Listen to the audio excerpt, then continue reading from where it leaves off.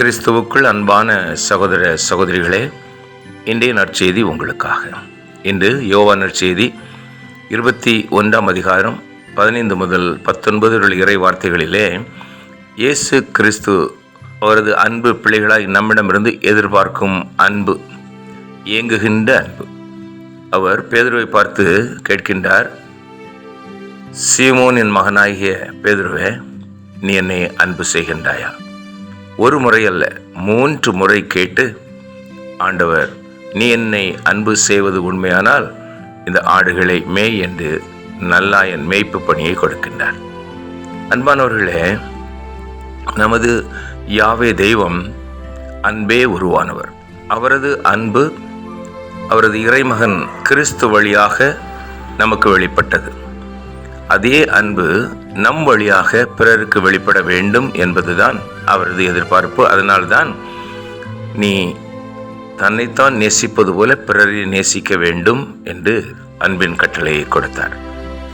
இந்த உலகத்தில் பாருங்க, ஒரு தகப்பனுக்கு 2 பிள்ளைகள்.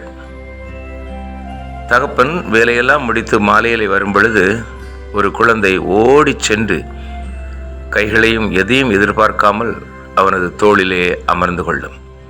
இன்னொரு குழந்தை ஓடி வந்து கைகளை பார்க்கும்.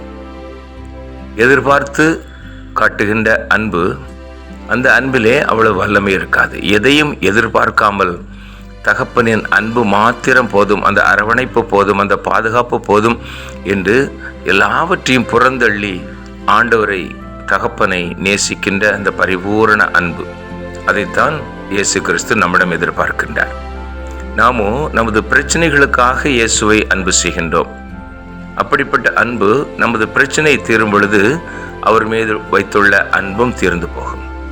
நம் ஆண்டவரை முழுமையாக நமது வாழ்வின் மையமாக வைத்து அன்பு செய்யும் பொழுது நாம் எதிர்நோக்கி அவதிப்படும் ஒவ்வொரு பிரச்சனைகளும் நம்மை விட்டு விலகி போகும். காரணம், எல்லா பிரச்சனைகளுக்கும் தீர்வு இயேசு கிறிஸ்து தான்.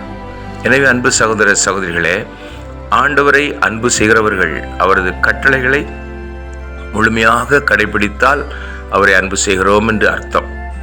அல்லாமல் கட்டளைகளை கடைபிடிக்காமல் உலக பிரச்சனைகளுக்கு தீர்வு காண்பதற்காக நம் ஆண்டவரை அன்பு செய்தால் அது பொய்யான அன்பு.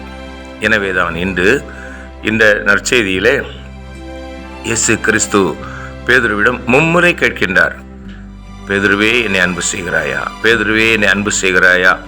பேதுரு சொன்ன வார்த்தை என்ன? ஆண்டவரே, எல்லாம் உமக்கு தெரியுமே, நான் உன்னை அன்பு செய்கிறேன். நமது பதிலும் அதுவாக இருக்கட்டும். ஆண்டவரே, எல்லாம் உமக்கு தெரியும். நான் எவ்வாறு வாழ்கிறேன், எவ்வாறு இறைவார்த்தை வாசிக்கின்றேன், எவ்வாறு ஜெபிக்கின்றேன், எவ்வாறு உலக பிரச்சனைகளை தூர தள்ளி உம்மை மையமாக வைத்து வாழ்கிறேன் என்பது எல்லாம் உமக்கு தெரியும். எனவே நான் உம்மை அன்பு செய்கிறேன். நம்மால் என்று சொல்ல முடியுமா? ஜெபிப்போம். அன்பு தந்தையே இறைவா, ஒரு மகத்தான அன்பை இறைமகன் இயேசு வழியா எங்களுக்கு கல்வாரியில் வெளிப்படுத்தினீரே, நன்றி செலுத்துகிறோம். அந்த தியாக அன்பு, தன்னலமற்ற அன்பு, எதையும் எதிர்பார்க்காத அன்பை உமது பிள்ளைகளாகிய எங்களிடத்திலும் எதிர்பார்க்கிறேன். நாங்கள் பிறரை எதிர்பார்த்து செய்கின்ற அன்பை ஒதுக்கி வைத்துவிட்டு உள்ளத்தோடு உள்ளம், இதயத்தோடு இதயம், அப்பா, உம்மை மையமாக வைத்து அன்பு செய்து வாழுகின்ற வாழ்க்கையை தூய ஆவியின் நிறைவால் எங்களுக்கு தர வேண்டும் என்று அன்னை மரியாதை சேர்த்து தொகுப்பு கொடுக்கிறோம். நல்ல பிதாவே, ஆமேன். அன்பானவர்களே, அன்பே பெரிது.